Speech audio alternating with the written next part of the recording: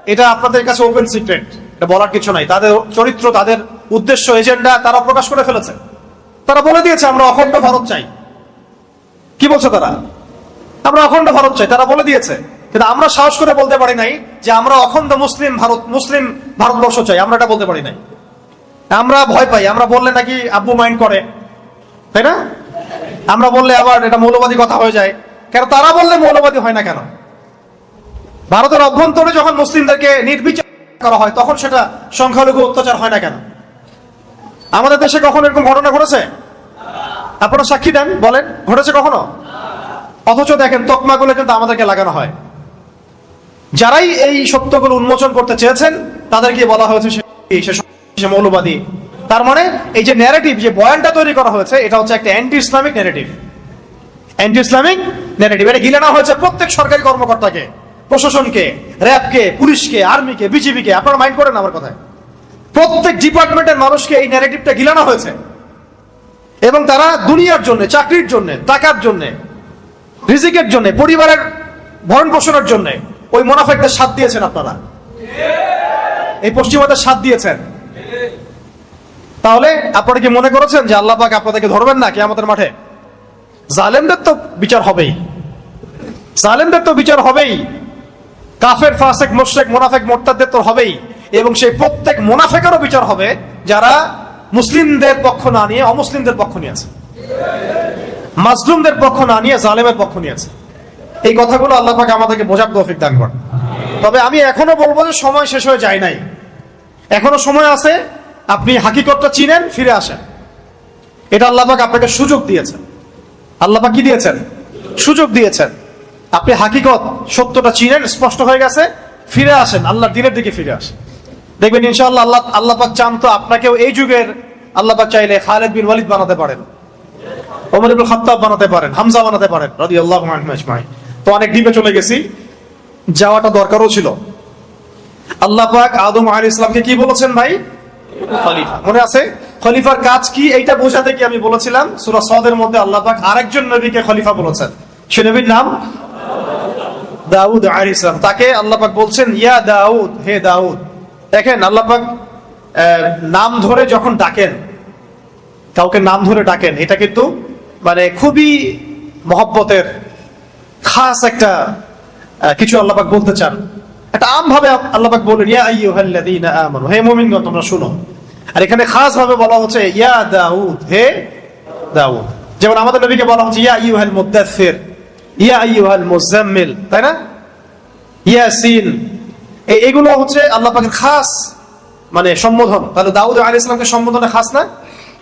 হুকুমটা আম, খলিফাদের ক্ষেত্রে কিন্তু সম্বোধনটা খাস। আল্লাহ পাক বলছেন ইয়া দাউদ, হে দাউদ। ভালো করে শোনেন, কাদেরকে বলছি ভালো করে শোনেন? যারা সামনে রাজনীতি করতে যাচ্ছেন তাদেরকে বলছি। ইলেকশন করবেন, এমপি হবেন, স্বপ্ন দেখছেন, মার্কা টার্কা ফিক্স করে ফেলছেন, তাই না? আর আমাদের সামনে তো প্রবলেম সলভ হওয়ার একটাই রাস্তা, গণতন্ত্র, তাই না? এছাড়া তো কোনো রাস্তা নাই, তাই না? আর এই যে একটা মেডিসিন আরেকটা গিলাই দিচ্ছে আমাদেরকে, যত সমস্যা এর সলিউশন কি? বলেন নাউযুবিল্লাহি মিন যালিক। আর আমরা বলি যত প্রবলেম তার সলিউশন হচ্ছে সিরাত। সিরাত মানে কি? রাসূল সাল্লাল্লাহু আলাইহি ওয়াসাল্লামের জীবনী। যত প্রবলেম তার সলিউশন দাওয়াত এবং জিহাদ। ওয়ার্ল্ডের যত প্রবলেম তার সলিউশন কি? দাওয়াত এবং জিহাদ। যত প্রবলেম তার সলিউশন ইসলামিক শরিয়া রাষ্ট্র। এর হচ্ছে আমাদের কথা। আর পশ্চিমারা আমাদেরকে শিখাই দিচ্ছে যত প্রবলেম তার সলিউশন কি? গণতন্ত্র। আর এখন বাংলাদেশে যত প্রবলেম তার সলিউশন একটা, ইলেকশন।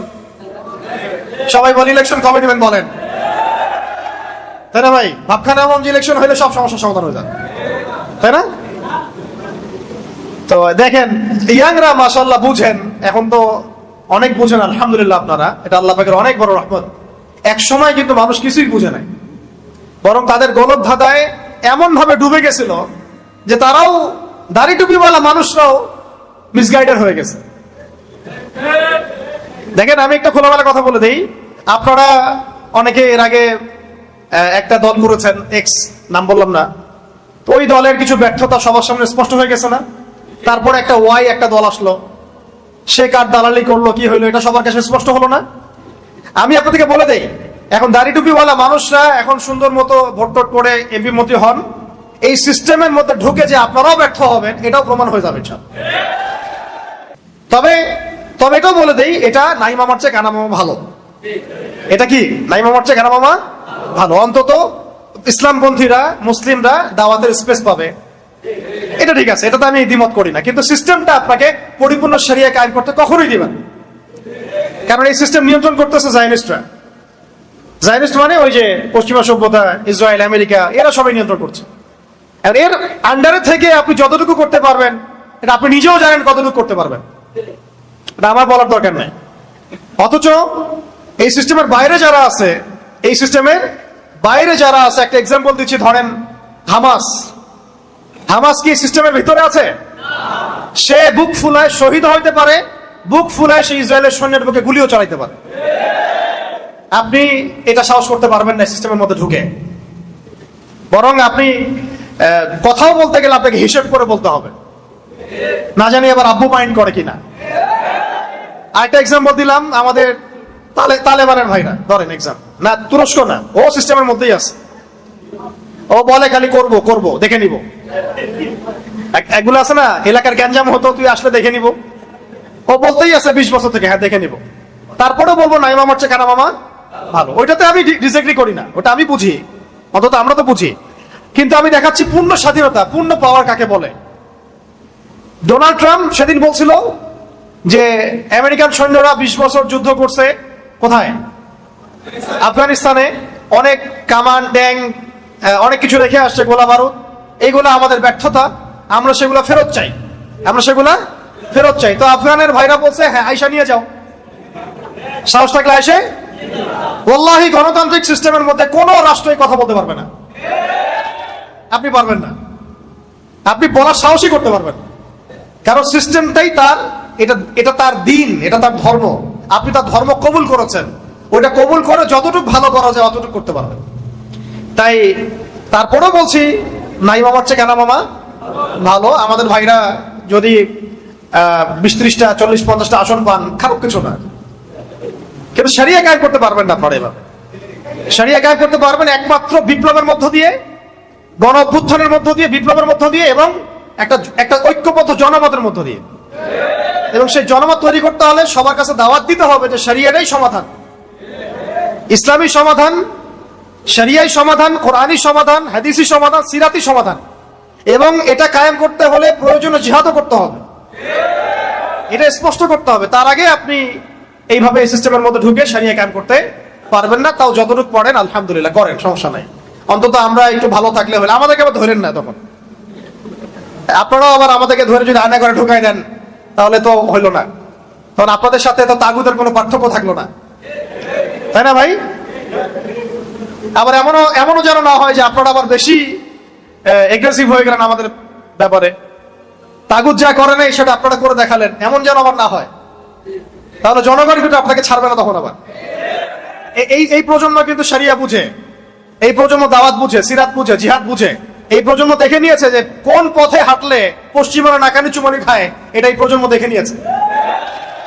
তো এখন যদি সব তাওহীদ পন্থীকে মিটায় ফেলেন, তবুও জেনারেশন দাঁড়াবে ইনশাআল্লাহ। তো ভাই বেশি কথা বলে ফেলতেছি মনে হয়। এখন আসেন, আগে কাদের কথা বলছিলাম? যারা রাষ্ট্র ক্ষমতায় যেতে চান, আল্লাহর খলিফা হতে চান, তাদের জন্য আল্লাহ পাক বলেছেন, হে দাউদ, আয়াতটা মুখস্থ করে নেবেন এবং এটা আপনারা তাবলীগ করবেন। ইন্না জাআলনাকা খলিফাতান ফিল আরদ। কে বলছেন? কাকে বলছেন? হে দাউদ, তোমাকে আমি জমিনের খলিফা বানিয়েছি। সুবহানাল্লাহ, চিন্তা করছেন কথাটা? হে দাউদ, আমি আল্লাহ তোমাকে জমিনের, সুবহানাল্লাহ। এই জমিন বলতে কিন্তু ওই যে কোন ল্যান্ড, কে বানাইছেন? আল্লাহ। তোমার কাজ ফাহকুম বাইনান নাস বিল হক, একজন খলিফার কাজ। এখানে দাউদ আলাইহিস সালামকে বলা হচ্ছে, কিন্তু কাজটা কার? তার মানে আল্লাহ পাক যাকে জমিনে ক্ষমতা দিবেন তার কাজ মানুষের মাঝে আল্লাহর বিধান দ্বারা বিচার ফয়সালা করা। এখন আপনি আপনার এই সেকুলারিজম দিয়ে, জাতীয়তাবাদ দিয়ে, কমিউনিজম দিয়ে এবং ডেমোক্রেসি দিয়ে এটা করে দেখান। Can you do that? Honestly speaking, আপনি কি পারবেন? ফাহকুম বাইনান নাসি বিল হক, এখানে হক মানে কি? আল্লাহর ওহী, কোরআন এবং সুন্নাহ। আমাদের শরিয়া অনুযায়ী কোরআন সুন্নাহ, তখন ছিল জাবুর, এখন কি কোরআন সুন্নাহ। এখন কোরআন সুন্নাহর মানদণ্ডে আপনি এই আয়াতের উপর আমল করতে পারবেন কিনা এই সিস্টেমের মধ্যে থেকে? আজ পর্যন্ত কেউ পেরেছে কিনা? এই সিস্টেমগুলো চলতেছে ধরেন 100 বছর হয়ে গেল। যেই কান্ট্রিগুলোতে এই সিস্টেমগুলো চলছে, এই কান্ট্রিগুলোতে কি আপনি একটা শরিয়া আইন বাস্তবায়ন করতে পেরেছেন কিনা? আমাকে একটা মিসাল দেন, একটা এক্সাম্পল দেন, আমাকে আলোচনা শেষ করে দিন। একটা মিসাল দেন লাস্ট 100 বছরে এই সিস্টেমগুলোর দাসত্ব করে কোন খলিফা মানে কোন রাষ্ট্রপ্রধান তার রাজ্যে বা তার অঞ্চলে আল্লাহর শরীয়ী বিধান বাস্তবায়ন করতে পারছে কিনা? তাহলে এটা যে এইগুলো যে ফেইলার, এগুলো যে ফেইল করেছে, এটা কি স্পষ্ট হওয়ার আরো বাকি আছে আপনাদের? আল্লাহ পাক আমাদেরকে সহিহ বুঝ দান করেন। এই সিস্টেমগুলো সরাতে হবে, নতুন সিস্টেম নিয়ে আসতে হবে। সেই নতুন সিস্টেমটাই হচ্ছে শরিয়া, ইমারা এবং খিলাফা। শরিয়া, ইমারা এবং খিলাফা আমরা না নিয়ে আসলেও ইমাম মাহদী নিয়ে আসবেন ইনশাআল্লাহ।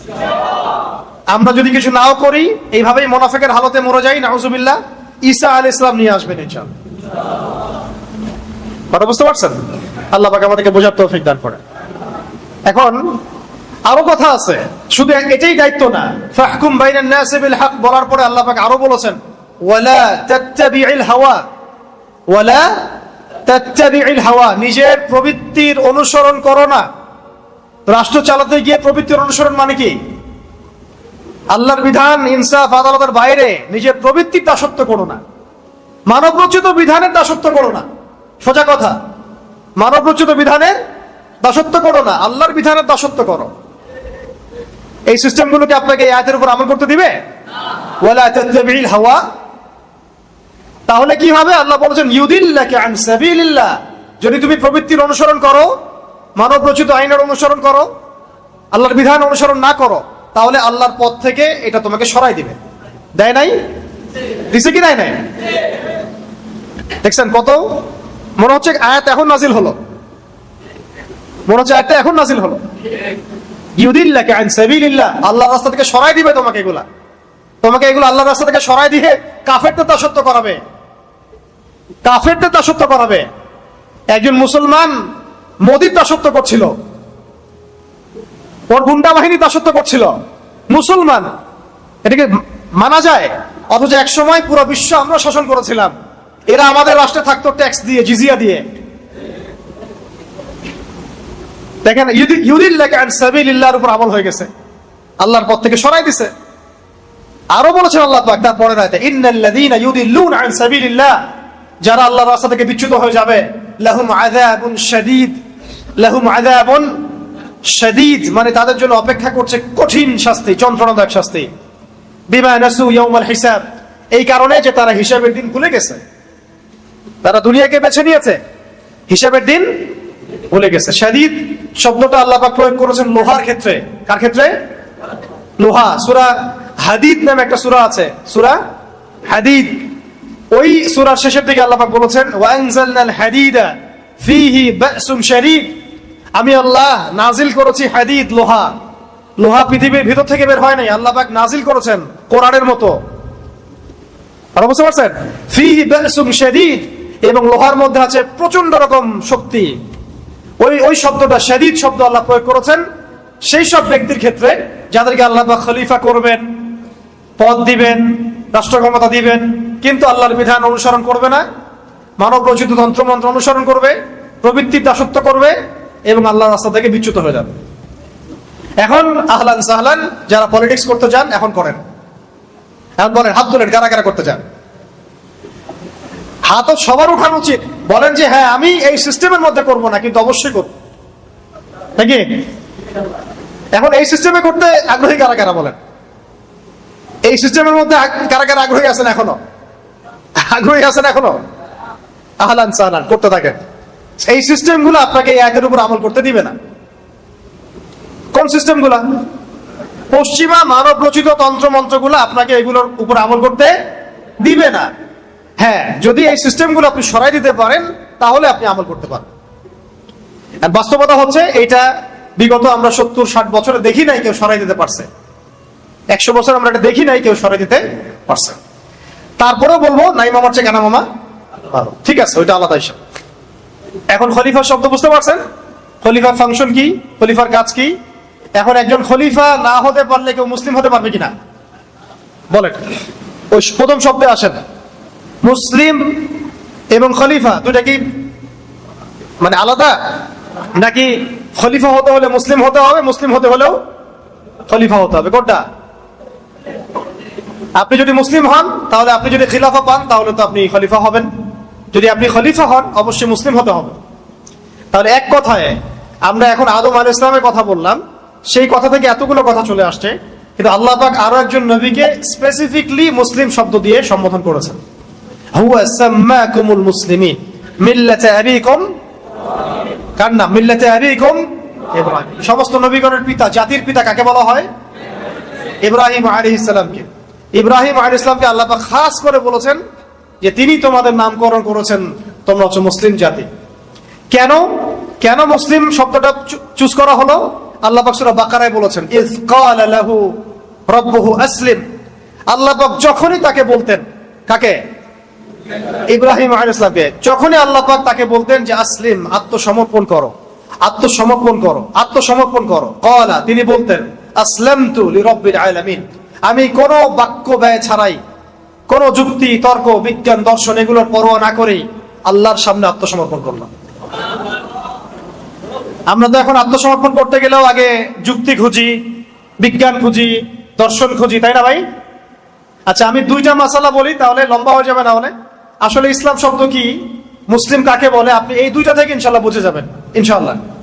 আমরা কয়দিন আগে ঈদ উল আজহা উদযাপন করেছি। আচ্ছা, আপনারা তো সবাই জানেন ঈদ উল আজহা কোন ঘটনাকে কেন্দ্র করে? ইসমাঈল আলাইহিস সালামকে জবাহের ঘটনা, ঠিক আছে? ফালাম্মা বালাগা মাইয়া সাইয়া ক্বালা ইয়া বুনাই ইন্নী আরা ফিল মানামি আন্নী আযবাহুক ফানজুর মাযা তারা। ইসমাঈল আলাইহিস সালাম যখন একটু বড় হলেন এবং বাবার সাথে দৌড়াদৌড়ি করতে শিখলেন, আল্লাহ পাক তাকে বললেন সন্তানকে কি করো? সন্তানকে। আচ্ছা, আমি আপনাকে বলি যে আপনাকে যদি আমি এই কথাটা বলি বা কোনো বুজুর্গের দিন বলে বা আপনি স্বপ্নে কোনো তথ্য পান, আপনি কি আপনার সন্তানকে জবাহ করবেন? এই সন্তান নিষ্পাপ, নিরপরাধ, কোনো অপরাধ করে নাই, আপনি কি তাকে জবাহ করবেন? এখন আপনি আমাকে বলেন তো, ইব্রাহিম আলাইহিস সালাম কি এই আদেশ আসার পরে একটা প্রশ্ন করেছিলেন যে আল্লাহ আমি কেন করব? বাচ্চাটা নিষ্পাপ, আমার একমাত্র সন্তান, 80 বছর বয়সের পরে আমি তাকে পেয়েছি, আল্লাহ আমি কেন তাকে জবাহ করব? আল্লাহ পাকের কাছে কি তিনি একবারও জিজ্ঞাসা করেছেন? এর নাম ইসলাম। এর নাম কি? এই ব্যক্তিকে বলা হয় মুসলিম। আমি বুঝাতে পারছি ভাই? এর নাম ইসলাম, এই ব্যক্তিকে বলা হয় মুসলিম।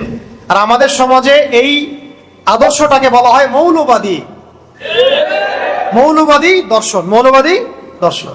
কারা এটা চালু করছে? ওই শাহবাগীরা, রামবাম, প্রগতিশীল, সুশীল, তারা এগুলা চালু করছে।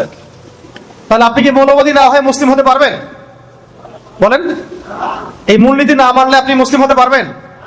দেখেন, তিনি বলছেন ইয়া আবাতি, হে আমার বাবা, ইফআল মা তুমার, আল্লাহ পাক আপনাকে যে আদেশ করেছেন আপনি করেন। সাতাজিদুনি ইনশাআল্লাহু মিনাস সাবিরিন, ইনশাআল্লাহ আপনি আমাকে সবরকারী পাবেন। ইসমাঈল আলাইহিস সালামকে বলেছেন, বাবা আমি তো কোনো অপরাধ করি নাই, আমাকে কেন জবাহ করবেন? আমার তো বয়স মাত্র 15, আমাকে কেন জবাহ করবেন? এর পিছনে কারণ কি, যুক্তি কি, বিজ্ঞান কি, দর্শন কি জিজ্ঞাসা করছেন? বয়স কত? আমাদের সমাজে ছেলেপেলে বুঝই হয় না, এই বয়সে বুঝ হয়। এই আদর্শের নাম ইসলাম, এই ব্যক্তিকে বলা হয় মুসলিম। আমি বুঝতে পারছি। আরেকটা বলি, সন্তান হয়েছে কেবল ছোট্ট সন্তান, মা হাজারা আলাইহিস সালাম, সন্তানের নাম ইসমাঈল আলাইহিস সালাম। আল্লাহ পাক বলছেন যে তুমি তোমার স্ত্রী সন্তানকে রেখে আসো এমন একটা জমিনে যেখানে আমি আমার ঘর নির্মাণ করব, বাইতুল্লাহ নির্মাণ হবে। তখন সেখানে কোনো মানুষ ছিল? ছিল? কোনো খাবার, কোনো পানি, কোনো জনপদ? আপনাকে যদি বলি, আমাকে যদি বলা হয় আমার স্ত্রী সন্তানকে রেখে আসতে, আপনি কি যাবেন? এখন ইসমাঈল আলাইহিস সালাম এর পিতা ইব্রাহিম আলাইহিস সালাম আর হাজরা আলাইহিস সালাম, তারা কোনো প্রশ্ন করেছেন? কেন, কোন যুক্তিতে, কোন দর্শনে প্রশ্ন করেছেন? বিজ্ঞান, যুক্তি, দর্শন এগুলো খুঁজেছেন? এই আদর্শের নাম ইসলাম। এই ব্যক্তিদেরকে বলা হয় মুসলিম। আমাদের সমাজে ইসলাম হয়েছে কিসের নাম জানেন? খালি মুখে লা ইলাহা ইল্লাল্লাহ মুহাম্মাদুর রাসূলুল্লাহ পড়া। যতক্ষণ পর্যন্ত আমার এই নফস, আমার দেহ, আমার আত্মা, আমার নফস, আমার সত্তা আল্লাহ পাকের প্রত্যেকটা বিধানের সামনে অবনত চিত্তে আত্মসমর্পণ না করছে, ততক্ষণ আমি মুসলিম হইতে পারি না। তাহলে আগে মুসলিম শব্দের ব্যাখ্যা শোনা, তারপরে উম্মাতে আসা। বলেন এখন অনেস্টলি বলেন, আমরা কি মুসলিম হইতে পারছি? আমরা তো নামাজই পড়ি না ঠিক মতো, অনেকে যাকাতই দেন না ঠিক মতো, রমজান মাসে রোজা রাখেন না অনেকে। অনেকের কথা বলছি, সংখ্যা কিন্তু কম হবে না, সংখ্যা কিন্তু কম হবে না। অনেকেই পর্দা করি না, দ্বীনের ইলম অর্জন করা যে ফরজ এই ফিকিরই নাই আমাদের। অনেকেই আমরা দেখেন হালাল খাই না, আছে না এমন? অনেকেই সুদ খাই, অনেকেই সুদ খাই, আমার তো মনে হয় বেশিরভাগই খাই। অনেকেই দুর্নীতি করেছি, ঘুষ খাই, খেয়ানত করি, মিথ্যা বলি, আরো অনেক কিছুই, মানে কবিরা যত গুনাহ আছে আমরা কিন্তু করি। আমরা গুনার কথা তো বাদ দিলাম, আল্লাহ পাকের প্রত্যেকটা আদেশ কি মানি? দাড়ি রাখতে হবে কি হবে না আপনি প্রশ্ন করবেন কেন? প্রশ্ন করা যাবে না তো, রাসূল রেখেছেন আপনি রেখে দিবেন, খালাস, বাস। হ্যাঁ, এক মুষ্টি রাখা সেটা আলাদা মাসালা, রাখতে তো হবে। দ্বীনের ইলম অর্জন করতে হবে কিনা, ভাই কোরআন পড়া কি আমাদের দরকার আছে কিনা, তরজমা শিখতে হবে কিনা, এগুলো প্রশ্ন আসবে কেন? এগুলো রাসূলের সুন্নাহ, সাহাবীদের সুন্নাহ, আমাকে করতে হবে। আমি তো আমরা দুনিয়াতে আসছি দুইটা কারণে। কয়টা কারণে? অনেক লেকচারে আমি এটা বলেছি, আগে বলে দিয়েছি আর কি। দুইটা কারণে আমরা বেসিক্যালি দুনিয়াতে আসছি। কয়টা কারণে?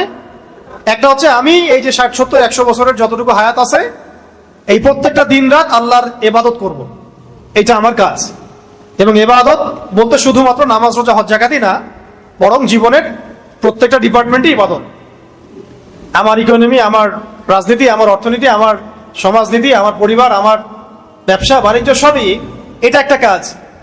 আরেকটা হচ্ছে আমি দুনিয়াতে আসছি আল্লাহর দিনকে দুনিয়াতে কায়েম করতে, আল্লাহর জমিনে আল্লাহর দিন কায়েমের চেষ্টা করতে, ওই মুজাহাদার জন্য, ওই দাওয়াতে জিহাদের জন্য আমি দুনিয়াতে আসছি। এছাড়া কি আমাদের আসার কোনো কারণ আছে দুনিয়াতে? মনে করেন আমরা এখানে কতজন হবেন, 200, 300, 500 মানুষ আছেন, ধরেন আমরা এখন কেউ দুনিয়াতে নাই, মনে করেন ধরেন 100 বছর পর তো থাকবেনও না কেউ। এতে কি দুনিয়ার ঘূর্ণন থেমে যাবে নাকি? কারো কিছু যায় আসবে নাকি? আল্লাহ পাকের কি আমাদেরকে নিয়ে খুব পরোয়া, মানে বয়ে গেছে যে আমাদেরকে দিয়ে আল্লাহ পাক দিন কায়েম করাইতে হবে? কার ঠেকা বলেন তো? ঠেকাটা কার? রংপুরের ভাষায় আমরা কি বলি? কার ঠেকা? ঠেকা কার? ঠেকাটা কার? আমার না আল্লাহর? তাহলে আমাদের যদি ঠেকা হয়, আমরা যদি আল্লাহর ইবাদতের জন্য দুনিয়াতে এসে থাকি, জান্নাত আমার, জাহান্নামও আমার, জান্নাত জাহান্নামের ফয়সালা আমার। আল্লাহ পাকের কি কোনো মানে এগুলোর পরোয়া আছে? সারা দুনিয়ার মানুষ যদি আল্লাহ পাকের ইবাদত করে, আল্লাহ পাকের শক্তি বেড়ে যাবে? শক্তি আগেও যা ছিল তাই থাকবে, সম্মান আগেও যা ছিল তাই থাকবে, বাড়বে কমবে? বরং বাড়বে, কমে যাবে কি কখনো?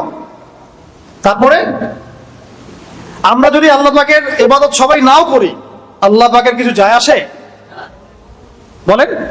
তাহলে ঠেকা কার? দুনিয়াতে আসছি আমরা আল্লাহর ইবাদত করার জন্য, তার দিনকে কায়েম করার জন্য। তাহলে আমরা এইসব প্রশ্নে যাব কেন? আমাকে দিন শিখতে হবে কিনা, দাড়ি রাখতে হবে কিনা, আমি মানে এই সুদী ব্যাংকে চাকরি করব কিনা, হ্যাঁ আমি হারাম খাবো কিনা, এখানে তাগুতি সিস্টেম আছে, আমার নামাজের সুযোগ দেয় না তারা, কত মাসালা আমাদেরকে জিজ্ঞাসা করেন। এগুলোর অ্যান্সার তো আপনিই বের করতে পারেন। মুসলিম হয়ে যান, অ্যান্সার পেয়ে যাবেন। মন থেকে মুসলিম হয়ে যান, অ্যান্সার আপনি ভিতর থেকে পেয়ে যাবেন যে কি করতে হবে আপনাকে। আমরা কি মুসলিম শব্দ বুঝতে পারছি ভাই? এখন আসলে উম্মাহ, মুসলিম উম্মাহ কাকে বলে?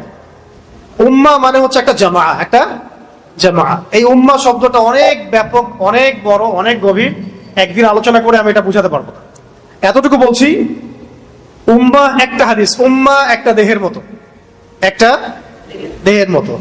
এই হাদিসটা ভালো করে মাথায় রাখেন। উম্মাহ একটা দেহের মতো, একটা অংশ যদি আঘাতপ্রাপ্ত হয় অন্য অংশ ব্যথা অনুভব করে। যদি বিশ্বের বিভিন্ন জায়গায় মুসলিমদের নির্যাতন, নিপীড়ন, রক্তক্ষরণ আমাদেরকে কষ্ট দেয়, তাহলে বুঝতে হবে যে হ্যাঁ, আমরা এখনো এক উম্মাহ আছি। উম্মাহ বলতে অনেক বড় কিছু বোঝায়।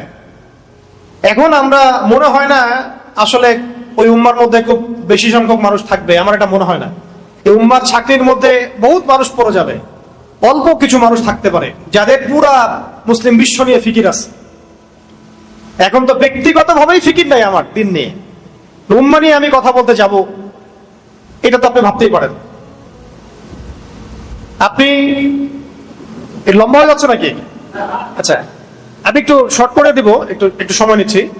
মানে আমরা খুব আফসোসের সাথে লক্ষ্য করি আর কি, যে সামান্য দুনিয়াবি স্বার্থে, দুনিয়া একটু পদের জন্যে, একটু ভোগবিলাসের জন্যে আমরা উম্মাহ কেন্দ্রিক কথাবার্তা বলা বন্ধ করে দিয়েছি। আমরা আমাদেরকে নিয়ে ব্যস্ত হয়ে গেছি। আমি একটা মসজিদ করতে পারলে খুশি, একটা মাদ্রাসা করতে পারলে খুশি, আমি একটু রাহাবার হয়ে গেছি, আমি একটা দল করেছি, আমার দলের আমি আমির হয়ে গেছি, বাস আমার কাজ হয়ে গেছে। আসলে ব্যাপারটা এমন না ভাই। উম্মাহ নিয়ে ফিকির করতে হলে আমাদেরকে অনেক বড় মন আগে লালন করতে হবে, সবাইকে আগে নিজের ভাই মনে করতে হবে, সমস্ত জাতীয়তাবাদের বর্ডারকে ক্রস করে উম্মাহ নিয়ে চিন্তা করতে হবে। ভালো করে বুঝেন কথাগুলো। খিলাফা ধ্বংস করে তারা আগে আমাদেরকে জাতীয়তাবাদ গিলিয়েছে, বিভিন্ন রাষ্ট্রে ভাগ করেছে, পতাকা দিয়ে দিয়েছে, আলাদা আলাদা পতাকা, আলাদা আলাদা সঙ্গীত, আলাদা আলাদা স্বাধীনতা দিবস, আর আমরা মনে করছি আমরা স্বাধীন। আমরা মনে করছি কি আমরা স্বাধীন। আপনি ছোট পরিসরে হয়তো স্বাধীন হতে পারেন, কিন্তু বৈশ্বিক প্রেক্ষাপটে আপনি স্বাধীন নন, মোটেই না। বৈশ্বিক প্রেক্ষাপটে মুসলিমরা স্বাধীন হবে তখনই যখন ইসলাম ইনশাআল্লাহ তাআলা অচিরেই ইসলামিক গ্লোবাল খিলাফা আসবে ইনশাআল্লাহ, তখন স্বাধীন হবে না। তখন খিলাফা কনসেপ্ট ছিল যে আমার বোনের গায়ে তুই হাত দিলি কেন রাজা দাহির, আমার বোনের গায়ে তুই হাত দিলি কেন, ওইখান থেকে ফোর্স আসছে এসে আপনার সিন্ধু জয় করছে। এখন কি এটা হবে? উম্মাহ অনেক বড় বিষয়। সবার আগে আপনাকে জাতীয়তাবাদের ঊর্ধ্বে চিন্তা করতে হবে যে আমরা একটা দেহ, আমরা মুহাম্মদ সাল্লাল্লাহু আলাইহি ওয়াসাল্লামের উম্মাহ, আমরা আল্লাহর বান্দা। আমাদের মধ্যে ভাষাগত পার্থক্য থাকতে পারে, তবু আমরা এক। রঙের পার্থক্য থাকতে পারে, তবু আমরা এক। আমাদের জাতীয়তাবাদের মানে দেশের পার্থক্য থাকতে পারে, বাট আমরা এক। আমাদের বর্ণের পার্থক্য আছে, কিন্তু আমরা এক। সংস্কৃতির মধ্যে পার্থক্য আছে, কিন্তু আমরা এক। আপনাকে উম্মাহ কনসেপ্ট চিনাবে কে জানেন? উম্মাহ কনসেপ্ট কে চিনাবে? আমাদের সামনে কয়েকদিন আগে হজ হয়ে গেছে। কি হচ্ছে? এই মিসালটা দিয়ে আমি অন্য পয়েন্টে যাচ্ছি। লাস্ট মিসাল, অনেক লম্বা করবো না, আপনাদের বিরক্তি ধরবো না। হজ আপনারা দেখেছেন তো না? যারা করার তৌফিক পেয়েছেন তো মাশাআল্লাহ, আর আমরা যারা যেতে পারিনি আল্লাহ পাক যেন বারবার যাওয়ার তৌফিক দেন। এখন আপনারা দেখেন, হজ হচ্ছে সবার গায়ে একরকম কাপড় না, সেম কাপড় না। কে পাশে ধনী গরিব বোঝার বুদ্ধি আছে? কে কোন দেশ থেকে আসছে বোঝার বুদ্ধি আছে? এখানে বিভিন্ন ভাষার মানুষ আছে না, বিভিন্ন দেশের, বিভিন্ন বর্ণের, বিভিন্ন কালচারের, আছে কিনা? কিন্তু যখন তারা নামাজে দাঁড়াচ্ছে, আরাফার মাঠে যখন তারা গেলেন, হাত তুলে আল্লাহ পাকের কাছে দোয়া করতে শুরু করলেন, এখানে কি কোনো জাতীয়তাবাদ, বর্ণ, ভাষা, গোত্রের পার্থক্য আছে? এইটা হচ্ছে উম্মাহ। এটা হচ্ছে কি? ওই শিক্ষাটা হজ থেকে নিয়ে এসে আমরা ধরে রাখতে পারি না। এমনকি হজের খুতবাতে পর্যন্ত পুরো উম্মাহকে ঐক্যবদ্ধ করে এই জালেমদের এগেইনস্টে জিহাদের ঘোষণা দেওয়ার সুযোগ হয় না। আফসোস, এর চেয়ে বড় কি আফসোস হতে পারে? এমনকি হজের খুতবাতে পর্যন্ত পুরো মুসলিম উম্মাহকে ঐক্যবদ্ধ করে একটা জিহাদের ডাক দেওয়ার সাহস হয় না। উম্মাহ কি হওয়া উচিত ছিল? এখন বলেন তো, আসলে কি উম্মাহ এই জায়গায় আছে কি নাই? নাই। কেন নাই? জাতীয়তাবাদের কারণে নাই, এই ক্ষমতার দ্বন্দ্বের কারণে নাই, পশ্চিমা তন্ত্রমন্ত্রের কারণে নাই, সেই ইমান নাই, সেই আকীদা নাই, সেই মানহাজ নাই। তাহলে ইয়াংদেরকে আমি আমার ভিতর থেকে আহ্বান জানাচ্ছি যে এই ধোঁকাবাজিগুলোর মধ্যে না পড়ে একেবারে রিয়েল ইসলামটা শিখেন ইনশাআল্লাহ। এটা আপনাকে স্বাধীন করবে ভিতর থেকে, এটা আপনাকে স্বাধীন করে দিবে। আপনি আল্লাহ ছাড়া কাউকে ভয় করবেন না। আমি এটা ফখর করে বলছি না। এখন এতক্ষণ ধরে যে আলোচনাগুলো হয়েছে, আপনি আলোচনাগুলা জাতিসংঘ থেকে করতে পারবেন না, কারণ ওটা পরাধীন। আমি এখানে স্বাধীন, আপনি এখানে স্বাধীন। আপনি আল্লাহর দাসত্ব করছেন, তারা জাতিসংঘের দাসত্ব করছে। স্বাধীনতার অন্য সুখ আছে, এটা ওরা বুঝবে না। এই স্বাধীনতা নিয়ে যদি আমি কারাগারেও যাই, আমি স্বাধীন। এটা নিয়ে যদি আমরা জিহাদের মাঠে যাই, আমরা শহীদ, আমরা গাজী। এইটা নিয়ে যদি আমরা ওখানে শহীদ হয়ে যাই, ইনশাল্লাহ আমরা জান্নাতে চলে যাব, বিকজ আমরা কোনো আল্লাহ বিরোধী কোনো শক্তির সামনে আত্মসমর্পণ করি নাই। এই জাজবাটা আমাদেরকে তৈরি করতে হবে। আল্লাহ পাক তৌফিক দান করেন। শেষের দুইটা পয়েন্ট, সংকট উত্তরণের পথ। তো সংকট তো আপনারা বুঝে ফেলছেন, আমি কয়েকটা পয়েন্ট বলি। সংকটগুলো কোথায় কোথায় জানেন? প্রথম সংকটটা হচ্ছে ভাই আমাদের ইমানের সংকট। কিসের সংকট? আমরা যে আসলে দুনিয়াতে আল্লাহর দিন পালন এবং প্রতিষ্ঠার জন্য আসছি, এটা ভুলে গেছি তো আমরা। আমাদের সামনে তো চাকরি, মেয়ে, টাকা পয়সা, বাড়ি গাড়ি, ব্যাংক ব্যালেন্স, এগুলো ঝুলতেছে। আমরা তো ভুলেই গেছি আমরা মুহাম্মদ সাল্লাল্লাহু আলাইহি ওয়াসাল্লামের উম্মাহ। আমাদের একটা ভিশন আছে, একটা মিশন আছে। আমরা 8-10টা উম্মার মতো পৃথিবীতে আসে নাই। আমাদের একটা নির্দিষ্ট লক্ষ্য আছে, গন্তব্য আছে, আর কেউ থাকবেও না চিরদিন। এটাই ভুলে গেছি আমরা, এবং ভুলিয়ে দেওয়াও হয়েছে মিডিয়া দিয়ে, প্রযুক্তি দিয়ে, স্মার্টফোন দিয়ে, শিক্ষা ব্যবস্থা দিয়ে, সমাজের কালচার দিয়ে, এগুলোতে টিভি দিয়ে, রেডিও দিয়ে, টেলিভিশন দিয়ে, এগুলোতে ভুলিয়ে দেওয়া হয়েছে আমাদেরকে। ভুলে গেছি না আমরা, বলেন? তো আগে আমাদের ইমানের ওই যে ক্রাইসিস, ওটা সলভ করতে হবে। ইমানের ক্রাইসিস সলভ করতে হলে কি লাগবে? দিনের জ্ঞান লাগবে। কি লাগবে? দিনের জ্ঞান লাগবে। একদিনের লেকচার কি আসলে সব জ্ঞান? তাহলে আপনাকে তো ভাই পড়াশোনা করতে হবে। পড়াশোনা করতে হবে। পড়াশোনা করতে গেলে কি ওস্তাদ লাগবে কি লাগবে না?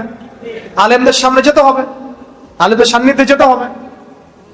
আর কি লাগবে? আখলাক লাগবে, উত্তম চরিত্র, উত্তম আখলাক। আখলাক কি বই পড়ে পড়ে অর্জন হয়ে যায়? না, আল্লাহওয়ালা মানুষদের সাথে চলতে হবে। আমি এক কথায় বলছি মোটা দাগে। আর কি লাগবে? বেশি বেশি আমল, বেশি বেশি। তো এত ডিভাইসে আসক্তি থাকলে আমল করবেন কখন? দুনিয়া নিয়ে এত ব্যস্ত হয়ে থাকলে আমল করবেন কখন?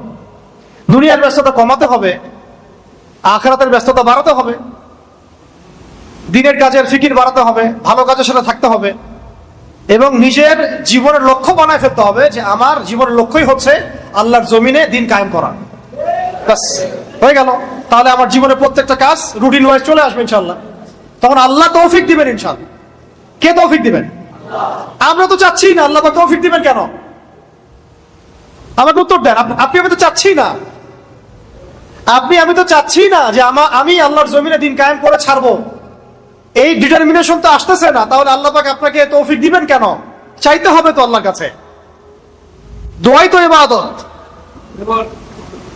আল্লাহ পাকের কাছে চাইলে আল্লাহ খুশি হন, না চাইলে আল্লাহ নারাজ হন। উদউলি আস্তাজিব লাকুম, আল্লাহ বলেছেন না?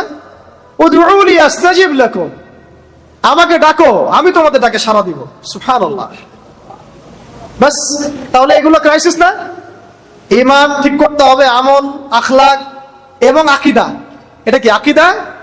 আকীদা এবং মানহাজ, আকীদা এবং মানহাজ ঠিক করতে হবে। এমন কোন আকীদা লালন করা যাবে না যে আকীদা আমাকে মুনাফিক বানায় দেয়। কথা ঠিক আছে ভাই? এমন কোন আকীদা লালন করা যাবে না যেটা আমাকে মুনাফিক বানায় দেয়।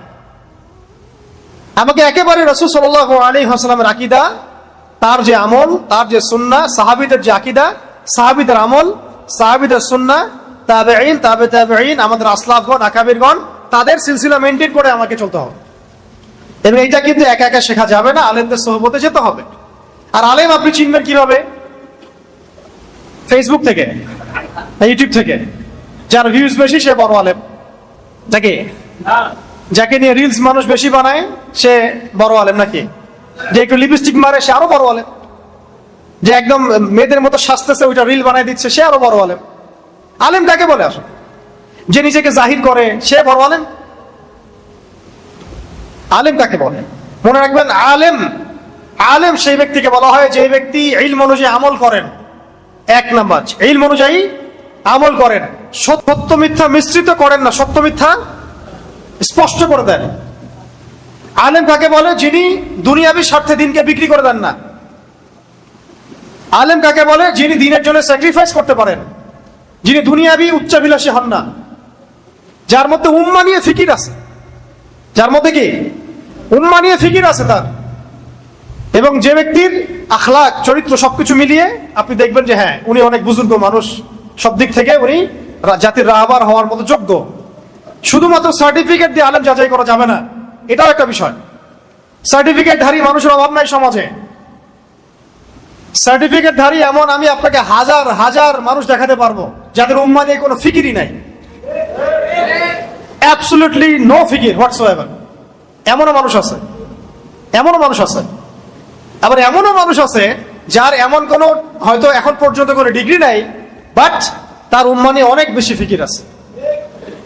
অতএব আমরা আলেম জাজ করব অনেক কিছু বিবেচনা করে, তবে আমরা একটা সিলসিলা মেনটেন করবো। সাহাবায়ে কেরাম, আসলাফগণ, আকাবিরগণ, তাবেঈন, তাবে তাবেঈন, তাদের সমস্ত যে এই সিলসিলা, এটা মেনটেন করে আমরা আমাদের আকীদা, আমল, মানহাজ গড়ে তুলবো ইনশাআল্লাহ। ঠিক আছে ভাই? এগুলো ক্রাইসিস, এগুলো ক্রাইসিস, একই সাথে সমাধানও। মানে এগুলো নাই, এগুলোই ক্রাইসিস, আর এটা আসতে হবে, এটাই সমাধান। তাই দ্বীনি জ্ঞানের পাশাপাশি দুনিয়াবি জ্ঞানও অর্জন করতে হবে। এআই যে কি পরিমাণ ফিতনা নিয়ে আসতেছে সামনে, এটা আপনি দুনিয়াবি পড়াশোনা ছাড়া বুঝতে পারবেন না। ঠিক একইভাবে দুনিয়াবি পড়াশোনার ঘাটতির কারণে কাগজের টাকা আমাদের কি ক্ষতি করেছে এটা আমরা বুঝতেই পারি নাই। সামনে বিটকয়েন্স আমাদের কি ক্ষতি করতে পারে এটা আমাদের কল্পনাতেও নাই, যেহেতু আমরা এইগুলা পড়াশোনা করি না। তাই পড়াশোনার এই মানে মেরুকরণটাও দূর করতে হবে, সবকিছু পড়তে হবে। এই জন্য আমি জেনারেল শিক্ষিত ভাইদেরকে নিয়ে বেশি আশাবাদী। আপনারা যদি দ্বীনের পথে ফিরে আসেন এবং দ্বীনের ভালো ইলম অর্জন করেন, বরেণ্য ওলামায়ে কেরামের সোহবতে থাকেন এবং দুনিয়াবি জ্ঞানও পাশাপাশি অর্জন করতে থাকেন, আপনাকে দিয়ে বড় খেদমত হওয়ার সুযোগ আছে ইনশাআল্লাহ। এমন হইতে পারে যে একজন দাওরা ফারেক মানুষ যা করতে পারে না, আপনি তার চেয়ে বহুত কিছু করছেন, এটা সম্ভাবনা আছে। বিকজ আপনি অনেক দিকে পড়াশোনা করেছেন, এক্সপার্ট আপনি। তা আমি এই জন্য প্রত্যেক মহলে দাওয়াতের কথা বলি। আমাদের দাওয়াত গুলো পৌঁছাতে হবে এমপিদের মধ্যে, মন্ত্রীদের মধ্যে, পলিটিশিয়ানদের মধ্যে, প্রশাসনের মধ্যে, আর্মির মধ্যে, র্যাবের মধ্যে, বিজিবির মধ্যে, পুলিশের ভাইদের মধ্যে, সমস্ত মহলে। পারবেন না ইনশাল্লাহ? এটাই কাজ আমাদের। বাংলাদেশে আমাদের কাজ কি এখন? এইটাই, দাওয়াত দেওয়া, মানুষকে দাওয়াতের মাধ্যমে সঠিক পথে ফিরিয়ে আনার চেষ্টা করা। বাস, ইনশাল্লাহ দেখবেন বাকি কাজ আল্লাহ করে দিবেন ইনশাল্লাহ। আল্লাহ পাক কোত্থেকে জামা গঠন করে দিবেন সেটা সময় বলে দিবে, কোত্থেকে শুরা হয়ে যাবে, ইমারা হয়ে যাবে, সময় বলে দিবে ইনশাল্লাহ। দেখবেন বাংলাদেশের মধ্যেও এরকম একটা মুসলিম ঐক্যবদ্ধ একটা প্ল্যাটফর্ম হয়ে গেছে, তাওহীদের জনতা এক হয়ে গেছে, এটাও হয়ে যেতে পারে। এটা কে করে দিবেন? আল্লাহ চাইলে একজন আমিরুল মুমিনিন এনে দিতে পারেন, পারেন কিনা? আল্লাহ চাইলে এই গুটি কয়েক মানুষকে দিয়েও বাংলাদেশে খিলাফা কায়েম করাতে পারেন। খিলাফত না, মানে শরিয়া কায়েম করাতে পারেন। কি কায়েম করতে পারেন? শরিয়া। শরিয়া মানে ইমারা। ইমারা, খিলাফত বড় কনসেপ্টে, মানে বৈশ্বিক ভাবে এটা আর কি। আমরা ছোট আঞ্চলিক ভাবে এটা ইমারা হয়, শরিয়া হয়। শরিয়া আইন যেখানে কায়েম হয় সেটা ইমারা হয়। তো এগুলো সংকট, এই সংকটগুলো কাটাতে হবে। এছাড়া সংকট আছে, সাংস্কৃতিক সংকট আছে। সংস্কৃতির নামে আমাদেরকে গিলানো হচ্ছে, শিরক, কুফরি, হারাম।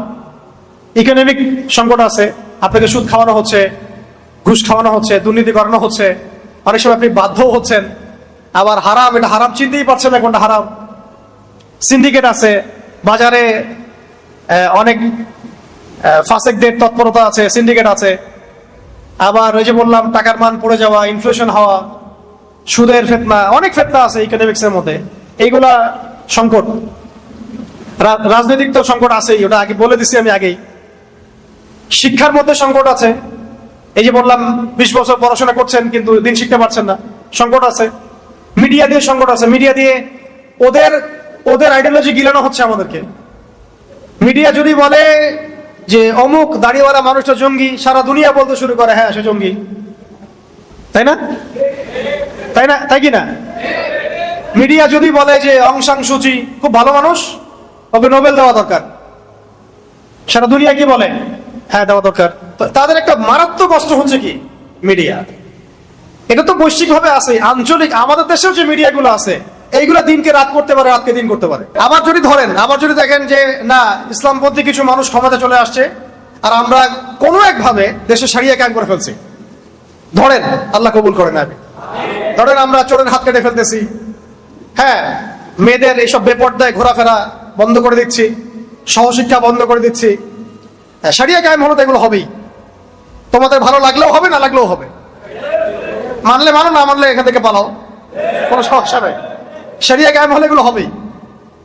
জেনা করলে বেত্রাঘাত হবে, ব্যভিচার করলে রজম হবে, কেসাস হবে, হুদুদ হবে, তখন এই মিডিয়াগুলো কি করবে জানেন?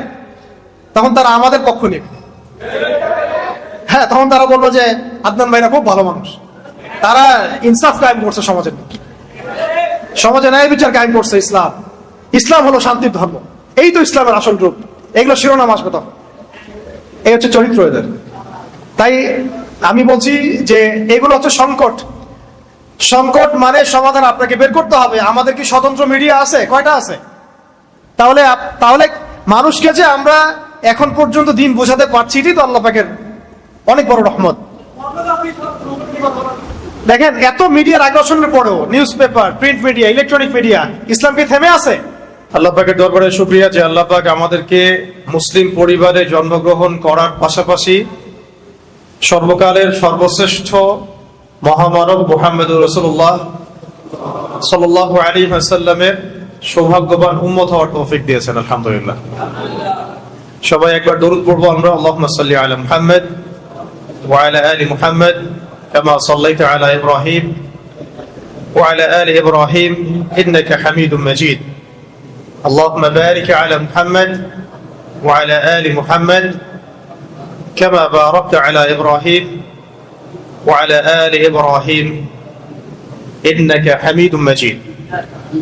আপনারা ভালো আছেন? আলহামদুলিল্লাহ।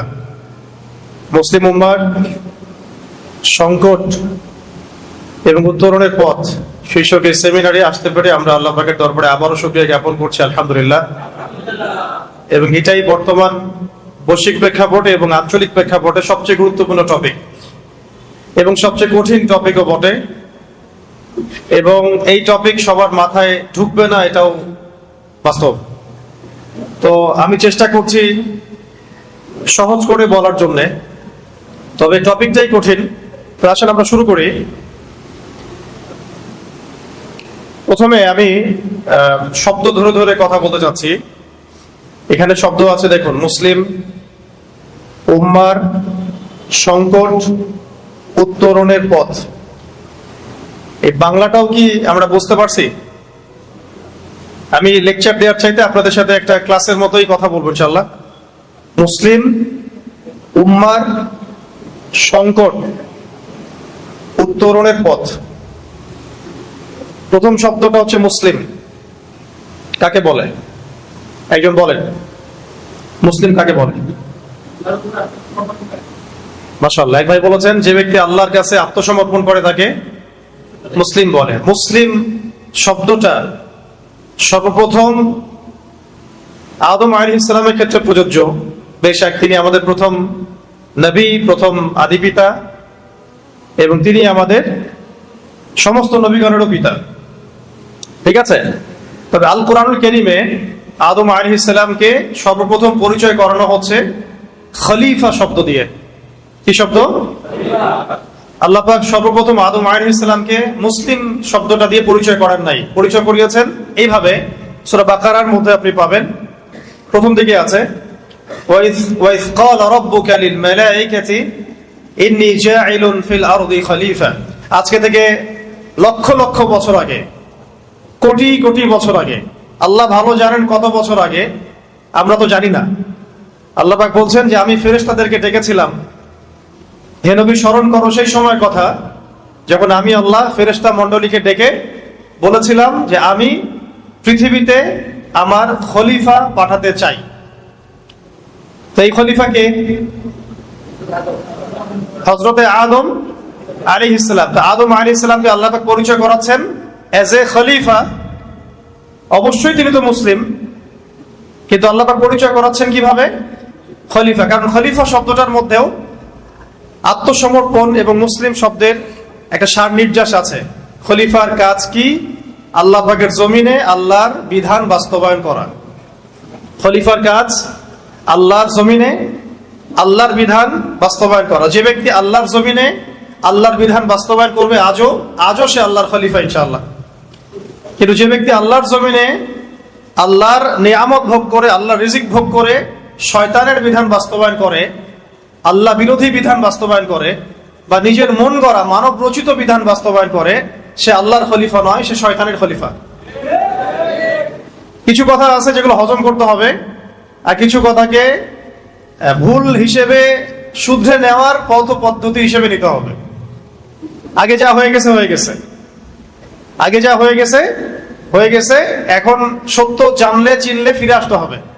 সবার জন্য একই কথা, মানে এই কথাগুলো শুধুমাত্র ইয়াংদের জন্য নয়, আমাদের যুবক যুবতী, তরুণ তরুণী, যে কোনো শ্রেণী পেশা এবং আমাদের প্রশাসন, আমাদের সরকার, এমপি মন্ত্রী এবং সামনে যারা ইলেকশন করতে চাচ্ছেন সবার জন্যই প্রযোজ্য আর কি, তাই তো? আপনারা তো মনে করেন যে অনেকেই আর কি, অনেকে মনে করেন যে ধর্ম আর রাজনীতি আলাদা বিষয়, ধর্ম আর অর্থনীতি আলাদা বিষয়, অনেকে মনে করেন আর কি। ধর্ম এবং কালচার আলাদা বিষয়, ধর্ম এডুকেশন আলাদা বিষয়, ধর্ম এবং কি পরিবারতন্ত্র, লস, বিচার বিভাগ, এগুলো আলাদা বিষয়। আল্লাহ পাক এখানে বলছেন যে আমি আদম আলাইহিস সালামকে সৃষ্টি করেছি অ্যাজ এ খলিফা। তো হু ইজ খলিফা? আল্লাহ রাব্বুল আলামিন সূরা সাদ এর মধ্যে এর অ্যানসার দিচ্ছেন। কোন সূরা? সূরা সাদ। একটা তো সফাত, একটা সাদ, একটা সফ আলাদা সূরা, সফ আলাদা সূরা, সাদ আলাদা সূরা, সফাত আলাদা। তো সূরা সাদ এর মধ্যে আল্লাহ পাক খলিফার কাজটা বলেছেন, এর সাথে মুসলিম শব্দের সাথে কানেক্টেড এই কাজটা। সেটা হলো খলিফার কাজ কি? আল্লাহ পাক আরেকজন নবীকে খলিফা সম্বোধন করে বলছেন ইয়া দাউদ, ইয়া দাউদ। দাউদ আলাইহিস সালাম কে? সুলাইমান আলাইহিস সালামের বাবা